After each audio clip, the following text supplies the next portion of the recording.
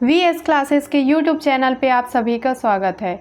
आज की क्लास में हम मध्य प्रदेश की राज्य व्यवस्था पार्ट 2 देखने वाले हैं। इससे पहले पार्ट 1 हम बना चुके हैं। अब पार्ट 1 में हमने विधायिका के बारे में पढ़ा है और विधानसभा का गठन, उसका कहाँ से कहाँ स्थानांतरित किया गया हमारी विधानसभा को, इसके अलावा सीटों का वितरण, ये सारी चीज़ें हमने वहाँ पर देखी। आज की वीडियो में हम देखेंगे कार्यपालिका के बारे में। कार्यपालिका के बारे में शॉर्ट में लास्ट वीडियो में भी बताया हुआ है कि कार्यपालिका यहाँ पर 2 प्रकार की आपको देखने को मिलेगी। एक है अस्थायी कार्यपालिका और एक स्थायी कार्यपालिका। ठीक है, तो अस्थायी कार्यपालिका क्या होती है? राजनैतिक कार्यपालिका को आप अस्थायी कार्यपालिका कह सकते हैं, प्रशासनिक कार्यपालिका को आप स्थायी कार्यपालिका कह सकते हैं।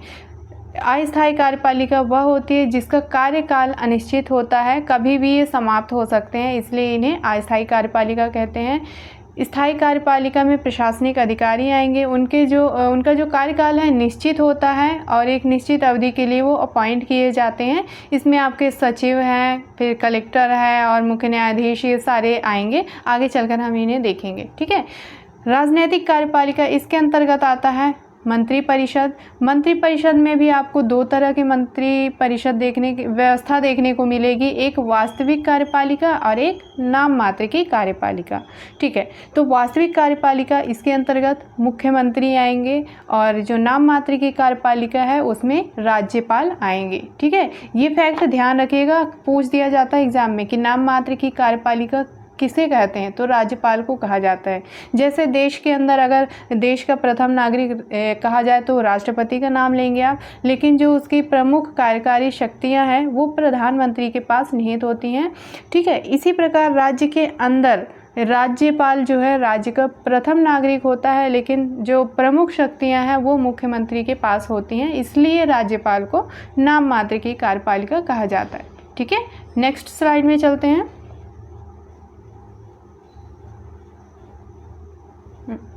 देखिए, यहाँ पर राज्यपाल से संबंधित कुछ फैक्ट हैं, उन्हें हम यहाँ पर देख लेते हैं। जैसे यह राज्य का प्रथम नागरिक या व्यक्ति होता है। बिल्कुल ठीक है, जैसे राष्ट्रपति देश के प्रथम नागरिक होते हैं, उसी तरह राज्यपाल राज्य का प्रथम नागरिक होता है। ठीक है, राज्यपाल राज्य के कार्यपालिका का संवैधानिक प्रमुख होता है। ठीक है, जो भी संवैधानिक कार्य होंगे उनका प्रमुख कौन होगा? राज्य के अंदर है तो राज्यपाल होंगे। ठीक है, राज्यपाल का कार्यकाल राष्ट्रपति के प्रसाद पर्यंत रहता है।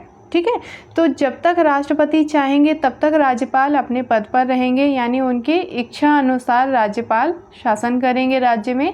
यही प्रसाद पर्यंत का मतलब यही होता है यहाँ पर। ठीक है ना। इसके अलावा आर्टिकल 153 से 213 में राज्यपाल को वर्णित किया गया है। ठीक है, 153 से लेकर के 213 तक राज्यपाल के बारे में बताया गया है। इन सभी आर्टिकल्स को हम एक एक करके यहाँ पर देख लेते हैं। ठीक है, जिसमें से सबसे पहला आर्टिकल है आर्टिकल 153, राज्य का एक राज्यपाल होगा। ठीक है, आर्टिकल 153 बोलता है कि प्रत्येक राज्य का एक राज्यपाल होगा। ठीक है, 154, राज्य की कार्यपालिक शक्तियाँ राज्यपाल में निहित होंगी।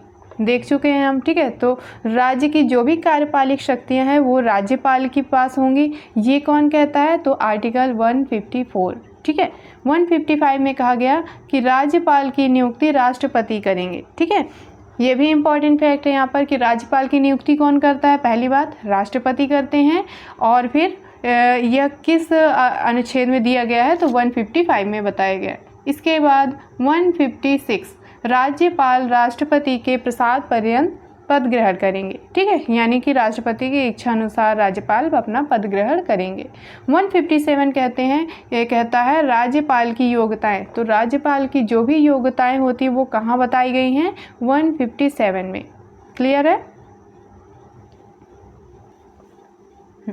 अनुच्छेद 158 ये कहता है राज्यपाल पद के लिए शर्तें। ठीक है, तो राज्यपाल पद के लिए जो भी शर्तें हैं वो किस में बताई गई हैं? अनुच्छेद 158 में। ठीक है, इसके बाद आर्टिकल 159 159, इसमें राज्यपाल द्वारा शपथ हाई कोर्ट के मुख्य न्यायाधीश के समक्ष लिया जाएगा। ठीक है, तो राज्यपाल शपथ कहाँ पर ग्रहण करेंगे? किसके समक्ष ग्रहण करेंगे? हाई कोर्ट के मुख्य न्यायाधीश के समक्ष ग्रहण करेंगे। ठीक है, एक चीज़ और है, अगर वो अपना त्यागपत्र पत्र देते हैं तो वो अपना त्याग पत्र राष्ट्रपति को देंगे, ना कि मुख्य न्यायाधीश को। ठीक है, शपथ मुख्य न्यायाधीश दिलाएंगे और त्याग पत्र वो राष्ट्रपति के समक्ष प्रस्तुत करेंगे। क्लियर है।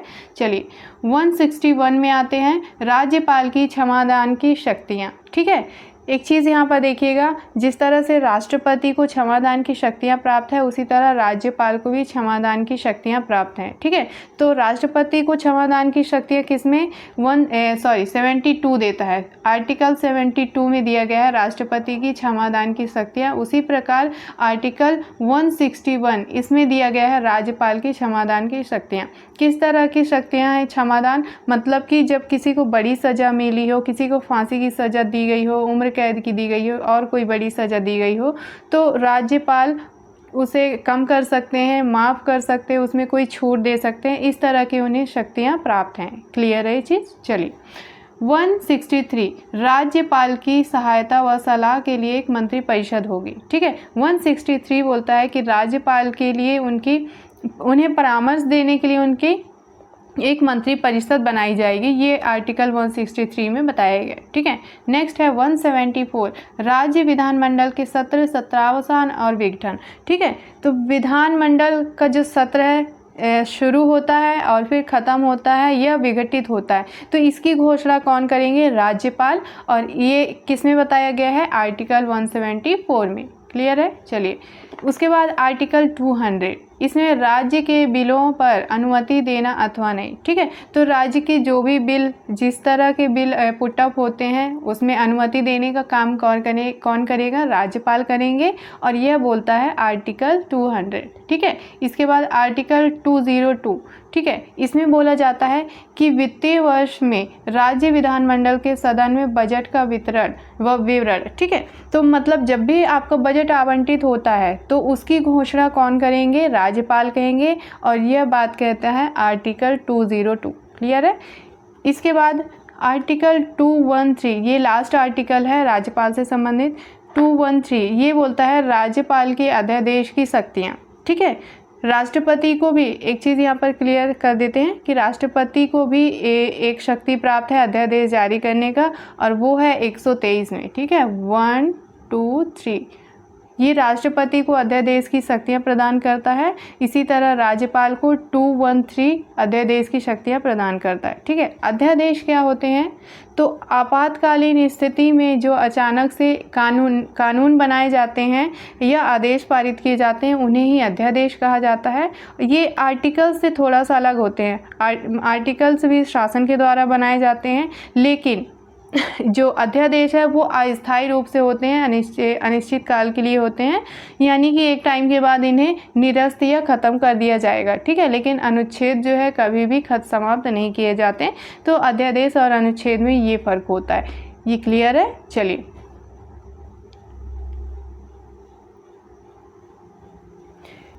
इसके बाद हम यहाँ पर राज्यपाल से संबंधित कुछ एक्स्ट्रा फैक्ट हैं वो देख लेते हैं। जैसे राज्य के प्रथम राज्यपाल पट्टाभी सीतारमैया, सभी को पता है। राज्य की प्रथम महिला राज्यपाल सरला ग्रेवाल।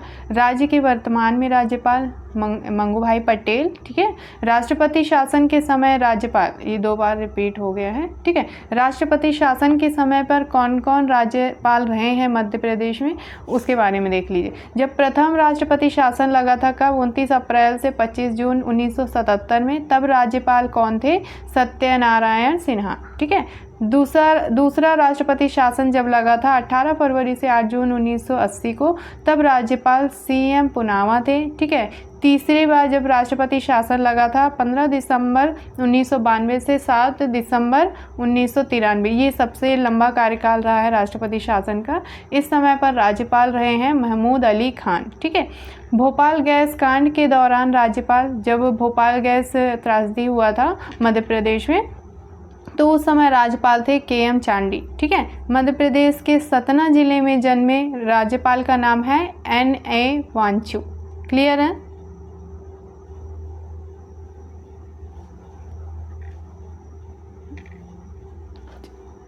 तो यहाँ पर थोड़ा सा देखिए, राज्यपाल की कुछ शक्तियाँ दी गई हैं, जैसे मतलब उनके कार्य और शक्तियाँ दोनों चीज़ें यहाँ पर हैं।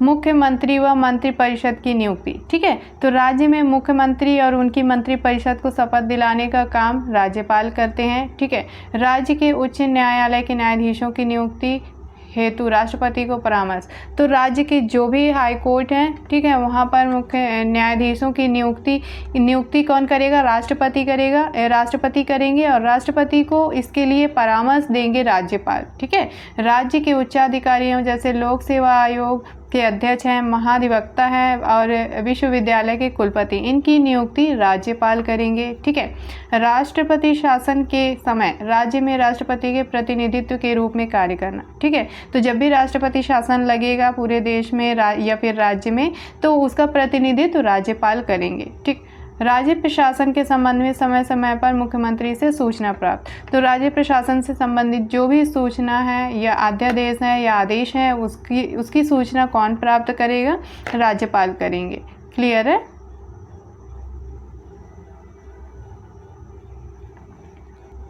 तो यहाँ पर हमने नाम मात्र की कार्यपालिका यानी राज्यपाल के बारे में देखा। इसके बाद वास्तविक कार्यपालिका में आपके आते हैं मंत्रिपरिषद, जिसका प्रमुख होता है मुख्यमंत्री। तो मुख्यमंत्री के बारे में यहाँ पर हम थोड़ा सा देख लेते हैं।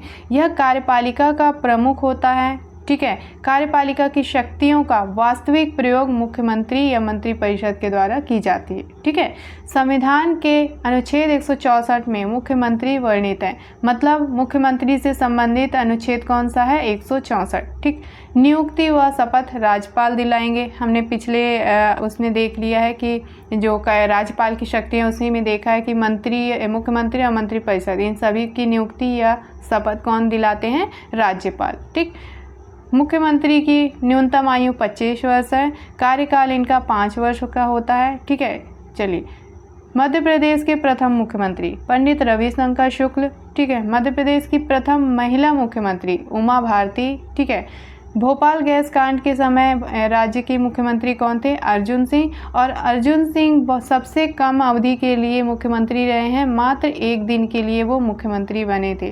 क्लियर है? ठीक है, वर्तमान में मुख्यमंत्री आपको बताने की ज़रूरत नहीं है, श्री मोहन यादव जी। ठीक है,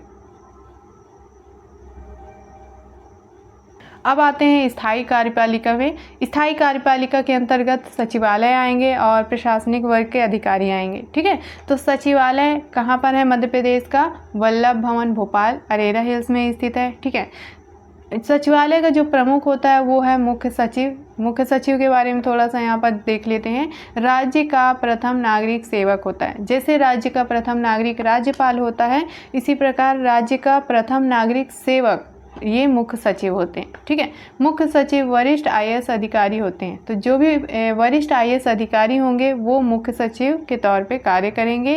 ठीक है, इसके अलावा इनकी नियुक्ति मुख्यमंत्री करते हैं। मुख्य सचिव की नियुक्ति मुख्यमंत्री करते हैं। ठीक है, राज्य के प्रथम मुख्य सचिव एचएस कामत, ये सभी को पता है। ठीक है, प्रथम महिला मुख्य सचिव निर्मला बुच। ठीक, तो इतने सारे फैक्ट हो गए ये आपकी स्थायी कार्यपालिका से संबंधित। उम्मीद है आज की वीडियो आप लोगों को पसंद आई होगी, और वीडियो अच्छी लगी है तो वीडियो को लाइक करिए, ज़्यादा से ज़्यादा शेयर करिए और चैनल को सब्सक्राइब कर लीजिए। मिलते हैं अगली वीडियो में।